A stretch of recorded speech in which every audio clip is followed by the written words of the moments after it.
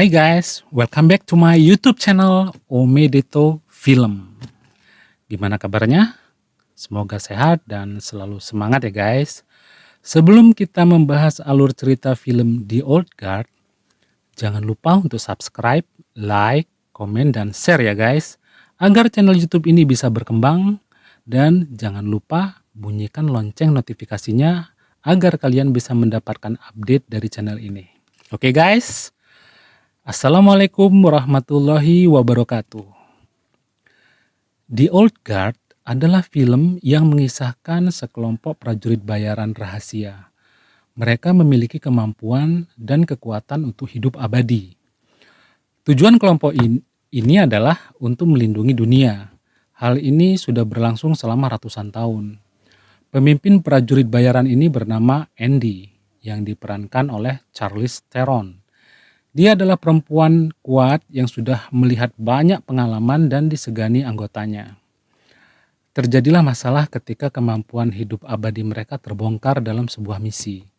Bersamaan dengan itu, seorang prajurit marinir Amerika bernama Nile yang diperankan oleh Kiki Layne bergabung dengan kelompok prajurit abadi yang rahasia ini.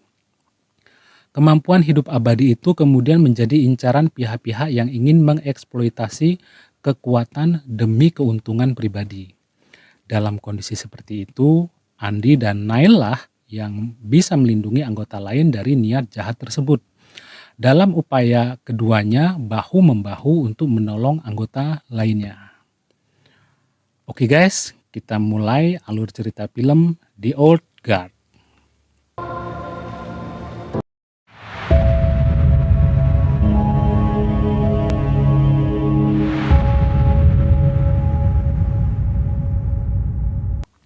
Adegan diawali satu tempat di Marrakesh, Maroko.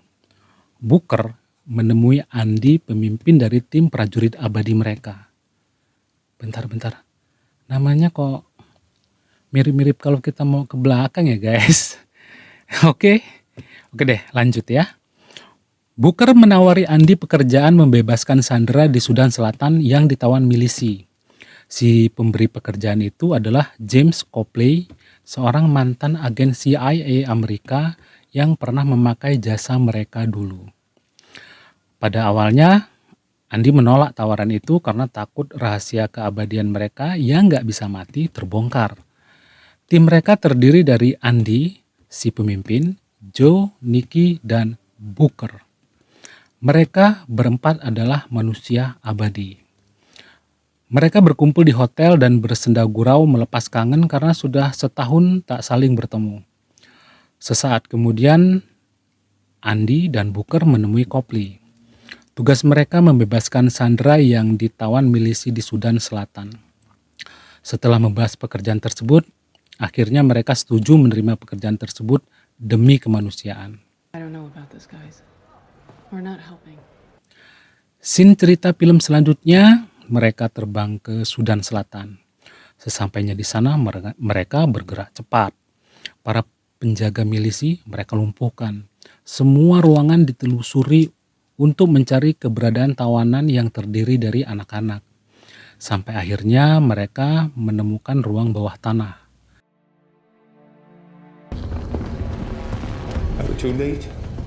Tanpa mereka sadari, ternyata musuh sudah menunggu mereka. Musuh memberondong mereka dengan tembakan tanpa ampun. Dan teman-temannya beserta Andy roboh. Pasukan milisi nyangka mereka udah gak bernapas. Gak lama berselang, Andy CS bangkit dan menyerang balik pasukan musuh. Semuanya roboh dan gak bangun lagi. Everyone still with me? Yeah. Benar-benar kelar hidup mereka. Saat diteliti ternyata di ruangan itu ada CCTV yang melihat aksi mereka bangkit dari kematian. Keabadian mereka diketahui orang lain dan mereka pasti diuber-uber karena keabadian mereka. Bayangin aja ya guys, ada prajurit yang gak bisa mati. Pasti semua pihak pengen tahu rahasianya dan pengen mereka jadikan prajurit itu pengawal atau prajurit mereka. Keren kan kalau punya prajurit atau bodyguard yang nggak bisa mati? Pasti aman banget ya. Oke, lanjut. Mereka sadar telah dijebak, mereka pun meninggalkan tempat itu. Setelah menghilangkan jejak, mereka memutuskan untuk mencari Copley yang udah menjebak mereka. Di lain tempat di Afghanistan, pasukan marinir Amerika sedang berpatroli dan menggeledah rumah penduduk untuk mencari seorang teroris yang telah membunuh banyak orang. Korporal Neil Freeman bertugas mencari informasi keberadaan teroris tersebut dengan bertanya pada ibu-ibu yang berkumpul. Salah satu ibu-ibu itu memberitahu keberadaan teroris tersebut. Neil dan anggota pasukan lainnya menyergap musuh dan Neil berhasil menembaknya. Sebelum teroris tersebut tewas, sempat menyabetkan pisaunya ke leher Neil dan membuat Neil sekarat dan dirawat di markas. Di barak, Neil menjadi perbincangan. Teman-teman Neil terheran-heran melihat Neil bisa selamat dari maut tanpa goresan apapun di lehernya. Neil pun bingung dan stres dibuatnya. Cerita film selanjutnya, Neil didatangi oleh seorang prajurit dan menyuruhnya untuk berangkat ke Jerman untuk penelitian lebih lanjut soal luka yang hilang tersebut. Neil makin stres dan takut. Neil nggak tahu kenapa bisa sembuh seketika dan nggak mati. Saat Neil menyendiri di pojokan, tiba-tiba didatangi oleh 2 orang prajurit mencarinya untuk dibawa ke pesawat. Sebelum prajurit itu membawa Neil, Andy bergerak melumpuhkan kedua prajurit itu. Who are you? Andromachetus Athene. Scene berikutnya, bos perusahaan farmasi Merrick Pharmaceuticals, Stephen Merrick, sedang mempromosikan penelitian tentang obat masa depan yang bisa membuat orang hidup lama. Setelah itu, Copley yang merekam kejadian pasukan abadi ini memamerkan ke Merrick. Merrick sangat tertarik dan meminta Copley untuk menangkap semua tim prajurit abadi supaya dapat diteliti dan dijadikan obat hidup abadi. I need all of them, Copley. Neil yang dibawa Andy kabur dari mobil yang dikendarai Andy. Karena Neil lari, Andy menembak kepala Neil dan roboh seketika. Gak lama, Neil bangkit dan tetap gak percaya ini real terjadi.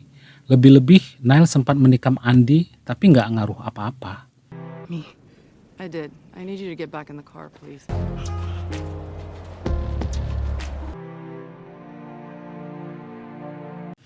Sampai di pesawat, Neil masih gak percaya dan menganggap ini hanyalah hipnotis. Di dalam pesawat, Neil sempat mengikat Andy dan menodongkan pistol ke arah pilot. Neil dan Andy sempat bertarung. Neil babak belur dihajar Andy. Dan lagi-lagi, Neil sembuh dengan cepat. Neil menyadari akan keabadiannya dan mereka pun akhirnya berteman.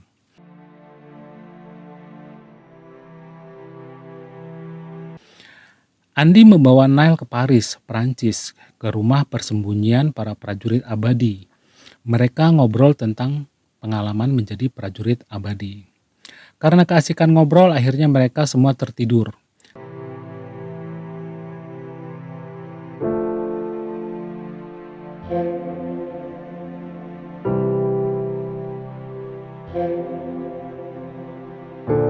Tiba-tiba Neil terbangun dari tidurnya.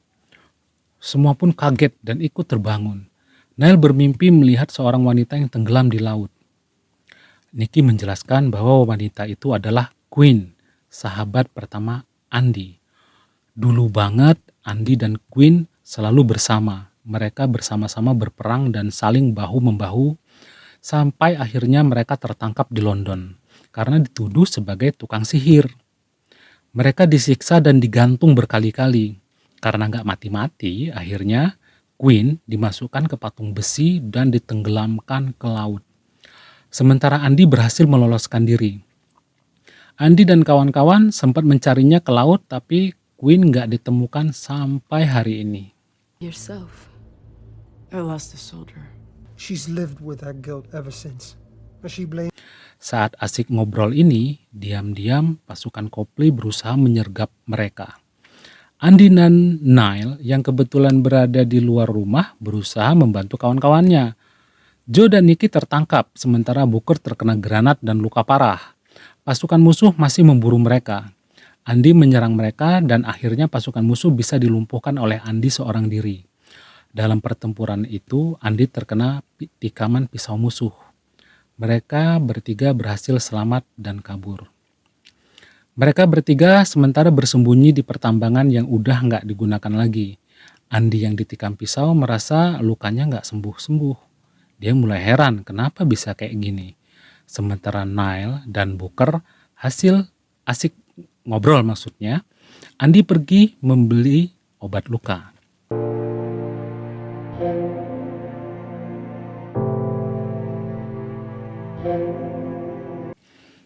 Penjaga toko bersedia menolong Andi mengobati lukanya.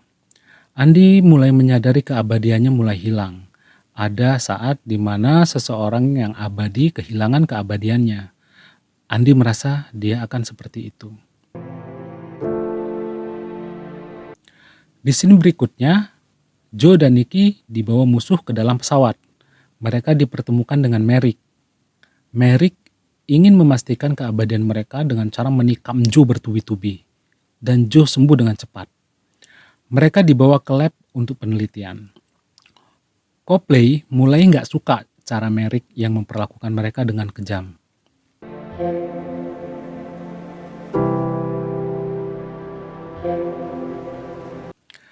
Di tempat lain, saat Nile mengetahui pistol yang diberikan Andy ternyata kosong, membuat Nile yang awalnya berniat untuk kembali ke keluarganya mengurungkan niatnya dan kembali untuk membantu Andy.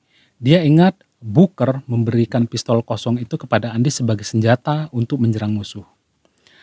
Andy yang telah masuk ke rumah Copley menodongkan pistolnya. Tiba-tiba Booker menembak Andy dari belakang. Andy kaget nggak nyangka kawan sendiri nembaknya. Andy yang merasa keabadiannya mulai hilang tampak kesakitan. Dia bertanya kenapa Booker tega berkhianat. Booker menjawab, dia ingin apabila penelitian itu berhasil, maka hidup abadi akan berakhir. Karena para prajurit abadi ini bosen, dah terlalu lama hidup. Mereka ingin seperti manusia umum lainnya. Tapi Andy menolak cara Booker ini. Merrick yang jahat pakai banget ini memperlakukan Andy dan Booker dengan kejam. Melihat ini, Copley makin muak dengan cara Merrick ini. Cerita berlanjut. Nile yang kembali berhasil masuk ke rumah Copley, dan Copley yang telah menyadari kesalahannya membantu mengantarkan Nile ke tempat kawan-kawannya ditahan. Nile masuk dan menyerang pasukan yang menjaga gedung itu. Suara tembakan terdengar sampai ke lab di mana Andy CS ditahan. Nile berhasil membebaskan mereka. Mortal or not, you made a promise. Mereka berlima akhirnya menyerang balik musuh. Andy dilindungi oleh teman-temannya supaya nggak terbunuh. Tembak menembak pun nggak terhindarkan.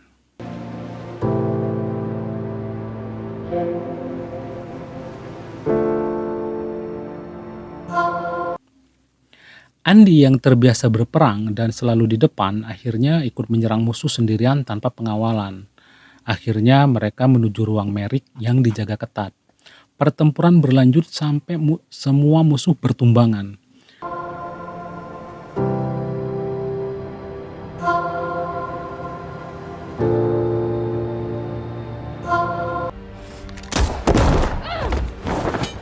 Akhirnya Merrick tewas didorong oleh Nile dari gedung yang sangat tinggi itu.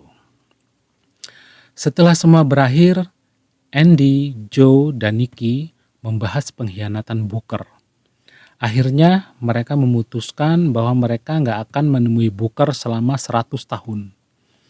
Keputusan yang menyedihkan karena selama ratusan tahun mereka selalu bersama. Tapi ya, namanya keputusan tetaplah keputusan. Ya guys. Setelah itu Andy, Joe, Nikki, dan Nile menemui Copley dan menjelaskan bahwa mereka para prajurit abadi ingin mengabdi pada dunia agar tercipta perdamaian. Dan meminta Copley mendukung semua rencana mereka. Then let's go to work. Scene terakhir diperlihatkan Booker yang jalan sempoyongan karena mabuk masuk ke apartemen yang dah nggak terkunci. Ada seorang wanita yang menyapanya dan wanita itu adalah Queen, sahabat lama Andy yang tenggelam di laut selama 500 tahun. Dan cerita pun ente abis, the end alias tamat. Kenapa ceritanya nanggung ya guys? Mudah-mudahan ada kelanjutan atau sequel dari film ini di tahun depan ya guys. Pantengin terus channel ini ya. Itulah tadi cerita film The Old Guard. Terima kasih sudah setia menonton sampai akhir. Jangan lupa subscribe, like, komen, dan share ya guys. Ikuti terus cerita film berikutnya. Sampai jumpa di alur cerita film selanjutnya. Tetap sehat, tetap semangat, dan wassalamualaikum warahmatullahi wabarakatuh.